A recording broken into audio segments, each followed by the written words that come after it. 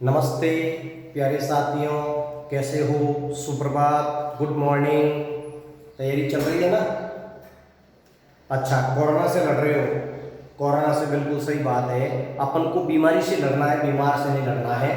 तो be careful, बिल्कुल social distance और मास्क का प्रयोग करते हुए। कोरोना बिल्कुल आपके बीच में से जल्द गायब होने वाला है। आज मैं आपके सामने फिर इतिहास के पन्नों से शब्द बाण चलाने के लिए उपस्थित हुआ हूं और राजस्थान के एक किले का रोचक तथ्य आपके सामने लेके आया हूं, जिसके साथ बहुत बड़ा रोमांस जुड़ा हुआ है और उसका नाम है किस्सा ऊंटाले के किले का। बिल्कुल एक छोटी सी टिप्पणी है, 15-20 मिनट की, आपको ध्यान से देखना है। ऊंटाले के किले से संबंधित एक क्वेश्चन आया था।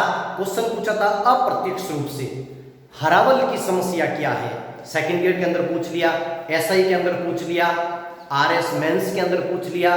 तो जो हरावल की समस्या है वो इस ऊंटाले के किले से ही उसका समाधान हुआ है। तो देखिए हरावल की समस्या क्या हुई और ऊंटाले के किले ने इसका कैसे समाधान किया। तो चलिए अपन देखते हैं ऊंटाले के किले का किस्सा, जो बड़ा ऐतिहासिक किस्सा है। कहते हैं भारत के इतिहास में से यदि राजस्थान का इतिहास निकाल दिया जाए तो पीछे कुछ भी नहीं बचता है। और मैं तो यहां तक कहता हूं, राजस्थान के इतिहास में से यदि मेवाड़ का इतिहास अलग कर दिया जाता है तो राजस्थान के इतिहास का कोई महत्व नहीं रह जाता है। तो आज ये जो ऊंटाला का किला है उसी मेवाड़ के इतिहास से संबंधित है। मेवाड़ का इतिहास तो वो है जहां मनुष्यों का क्या, पशुओं का भी अपना इतिहास रहा है। तो आज उसके बारे में अपन जिक्र कर रहे हैं। वो एकलिंग जी के दीवान की जिक्र कर रहे हैं, वो एकलिंग दरा की बात कर रहे हैं, जो राखियो धर्म के खातिर उन्होंने अपना सर्वस्व बलिदान कर दिया है। तो चलिए किस्सा ऊंटाले के किले का। घटना है अकबर के शासनकाल की, मुगल बादशाह अकबर के शासनकाल की 1600 ईस्वी के आसपास की। उस समय मेवाड़ के महाराणा अमर सिंह हुआ करते थे। मेवाड़ के महाराणा अमर सिंह हुआ करते थे, राणा के सुपुत्र, राणा प्रताप के पुत्र अमर सिंह। इनके काल में मेवाड़ के अंदर हरावल की समस्या आ गई। हरावल की समस्या। अब यह हरावल है क्या? युद्ध में लड़ने वाली सेना की अग्रिम पंक्ति या बोल सकते हैं दस्ता। युद्ध के अंदर जो सेना लड़ रही है उसके सबसे आगे वाला जो भाग है, दस्ता है, उसको हरावल कहते हैं। जो शत्रु सेना पर सबसे पहले या तो आक्रमण करती है या शत्रु सेना का आक्रमण झेलती है, यह है हरावल। क्लियर हो गया? और इससे संबंधित ही अपने आरपीसी ने क्वेश्चन पूछा था सेकंड ग्रेड के अंदर, एसआई के अंदर और आरएस के अंदर। अब ये हरावल जो है, हरावल के अंदर हमेशा आगे रहने का अधिकार इन सरदारों को था। चूड़ावत सरदार ये हमेशा ही आगे रहते थे। राणा के समय क्या हुआ, अमर सिंह जी के काल में क्या हुआ, एक और सरदार सत्तावतों ने भी अपना दावा किया कि चूड़ावतों ने क्या ठेका ले रखा है हरावल के अंदर रहने का। सत्तावत हम भी चूड़ावतों से कम नहीं है, हम भी त्याग, बलिदान, बहादुरी, साहस, शौर्य में चूड़ावत से कम नहीं है। तो अमर सिंह ने कहा बिल्कुल सही है, वो 19 नहीं, आप 21 नहीं हो, आप बराबर के हो पराक्रमी, लेकिन ये तो हमेशा से रहता है। तो सत्तावतों ने कहा राजन श्रीमंत, क्या हमारे पास अपौरुषेय तलवारें नहीं है? एक शब्द यूज किया, अपौरुषेय तलवारें। श्रीमंत हमारे पास भी, हम भी अपौरुषेय तलवारें रखते हैं, हम भी अपौरुषेय तलवारें रखते हैं। फिर चूड़ावती आगे हरावल में क्यों रहते हैं? ये एक कोटेशन है, ध्यान रखना।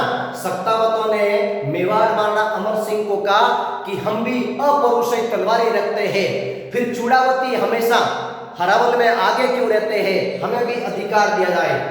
अमर सिंह दुविधा में पड़ गए, अमर सिंह दुविधा में पड़ गए। अब किसको अधिक पराक्रमी घोषित किया जाए? अधिक पराक्रमी घोषित किया जाए। अमर सिंह ने चूड़ावत सरदार को संदेश भेजा कि ये समस्या आई है। तो चूड़ावत सरदार ने कहा कि महाराणा, क्या आपको चूड़ावत सरदारों की तलवारों पर से विश्वास हो गया है क्या? आप कहो तो एकलिंग जी की सौगंध आपके सामने सर काट के रख दूं, लेकिन जो हमें अधिकार मिल रखा है उस अधिकार में हम किंचित मात्र भी किसी का हस्तक्षेप नहीं चाहते। यदि आपने सत्तावतों को आगे रखा तो खून की नदियां बहा देंगे हम, लेकिन हम अपना हक किसी को नहीं देंगे। अब करें तो करें क्या? अमर सिंह बड़ी दुविधा में आ गए, धर्म संकट में फंस गए। अमर सिंह ये जानते थे सत्तावत और प्लस चूड़ावत, इन दो सरदारों के कारण ही मेवाड़ का अपना इतिहास है, मेवाड़ सुरक्षित है, मेवाड़ स्वतंत्र है। अमर सिंह इन दोनों का आदर करता था, दोनों ही सरदारों का इज्जत करता था। और करे भी क्यों नहीं? क्योंकि ये दोनों ही ताकतवर थे, दोनों ही बहादुर थे, दोनों ही त्यागी थे, दोनों ही साहसी थे। एक मारवाड़ी में कहावत है, गार्ड से लाड। जिस व्यक्ति में गार्ड होता है, ताकत होती है, वो व्यक्ति सबका प्यारा होता है, सबका लाडला होता है। तो सत्तावत और चूड़ावत दोनों ही अमर सिंह के लाडले थे और इन दोनों की इज्जत करता था। लेकिन दुविधा अब ये थी कि इन दोनों में से किसको अधिक पराक्रमी घोषित किया जाए।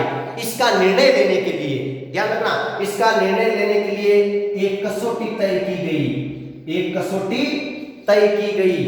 कसौटी ये थी, वहां खड़े खड़े मेवाड़ महाराणा ने ऊंटाले के किले की तरफ इशारा करते हुए बोले कि जो भी ऊंटाले के किले को पहले फतह करेगा, दुर्ग में प्रवेश करेगा, हरावल में वही रहेगा।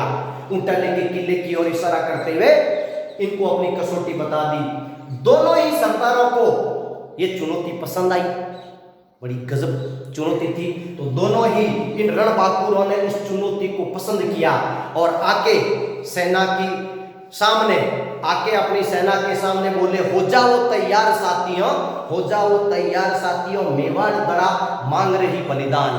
जो ही इन्होंने चुनौती बताई, सत्तावत और चूड़ावत जाते हैं और अपना पूरा दलबल सजाते हैं, तैयार करते हैं और अपनी सेना को तैयार करते हुए बोलते हैं, हो जाओ तैयार साथियों, मेवाड़ दरा मांग रही बलिदान। इतना कहते ही सत्तावत और चूड़ावत ये दोनों ही ऊंटाले के किले को फतह करने के लिए रवाना हो जाते हैं। ध्यान रखना, एक शर्त थी कि दोनों एक तरफ से, एक दिशा से आक्रमण नहीं करेंगे, अलग अलग दिशा से आक्रमण करेंगे और दोनों एक साथ आक्रमण करेंगे। अब देखिए क्या होता है, सत्तावत सीधा भिड़ता है और चूड़ावत पिछवाड़े से आक्रमण करता है इस किले पर। विशेष ध्यान रखना, हम जानते हैं कि सत्तावत भी ताकतवर है, चूड़ावत भी ताकतवर, साहसी है, ये भी साहसी है, लेकिन सत्तावत अनुभवी नहीं था, इसलिए सीधा जा मिला। चूड़ावत ताकतवर के साथ अनुभव भी था, जोश के साथ होश रखता था और पिछवाड़े से जाके आक्रमण करता है। अब दोनों ने ही आक्रमण कर दिया। अभी तक मैंने इनके नाम क्लियर नहीं किए। जो चूड़ावत सरदार है उसका नाम है जात सिंह, जो सत्तावत सरदार है उसका नाम है बल्लू सिंह। दोनों के नाम आपको याद रखना। और उस समय ऊंटाले का किले का जो थानेदार होता है वो होता है शम्स खान।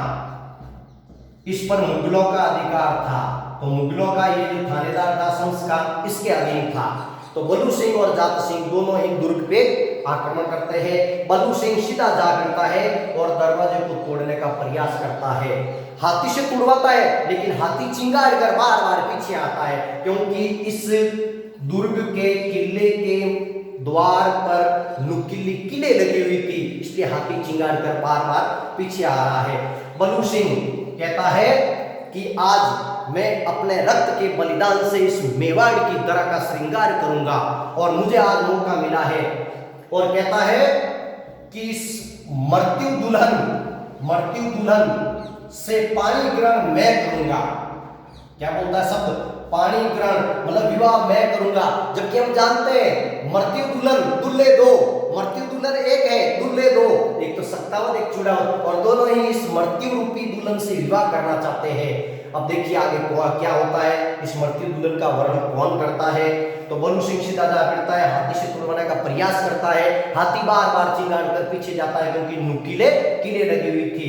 फिर बलू सिंह अपने आप को द्वार के सामने खड़ा कर देता है और महावत को कहता है कि अंकुश से, अंकुश लगा अपने हाथी को, एक शब्द बोला मैंने अंकुश, हाथी को जिस यंत्र से नियंत्रित किया जाता है महावत के हाथ के अंदर होता है उसको अंकुश बोलते हैं।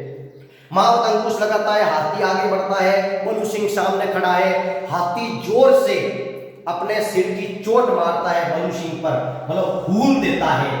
बलू सिंह के चित्रे चित्रे हो जाते हैं, दरवाजा टूट जाता है और सक्तावत की सेना अंदर प्रवेश कर जाती है।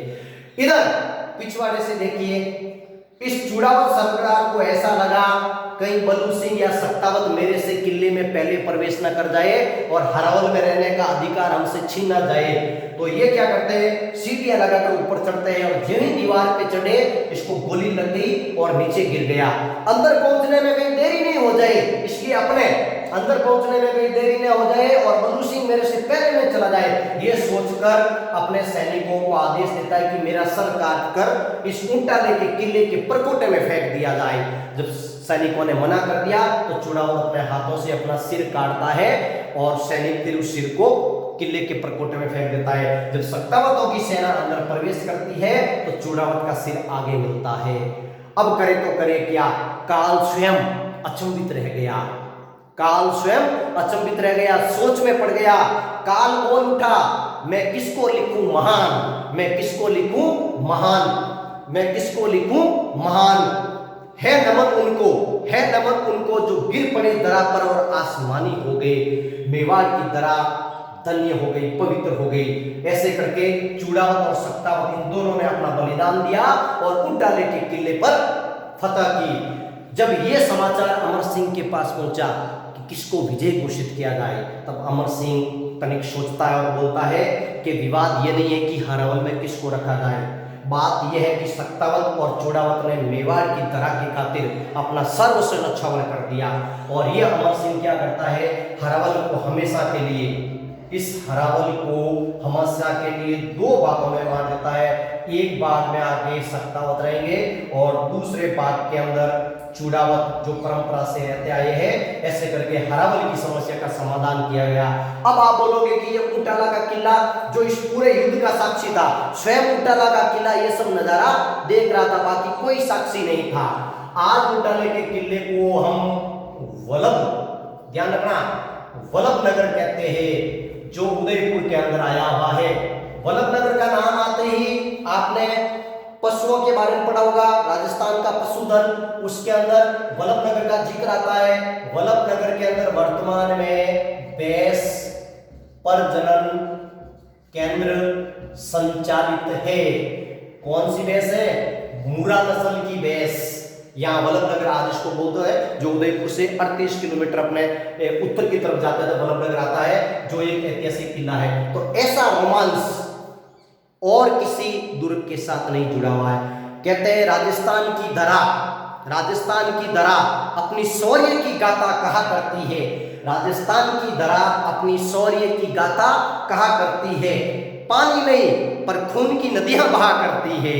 राजस्थान की धरा अपने शौर्य की गाथा कहा करती है, पानी नहीं पर खून की नदियां बहा करती है। ऐसे करके ये ऊंटाले के किले का एक जो किस्सा है मैंने आपके सामने बयां किया है। अब इसमें याद रखने की बात क्या है कि उन 5-7 बिंदु है और घटनाक्रम यदि आपको याद होगा तो बिल्कुल आप इसकी समरी बना सकते हो। वो समरी देखिए, मैं आपके सामने बता रहा हूं। याद रखने की चीज केवल 7 बिंदु है इसके अंदर। उस समय मुगल बादशाह कौन था, अकबर को याद रखना। घटना है अपने 1600 की। मेवाड़ महाराणा कौन थे, अमर सिंह थे। इनके शासनकाल में कौन सी समस्या उत्पन्न हुई, हरावल की समस्या उत्पन्न हुई।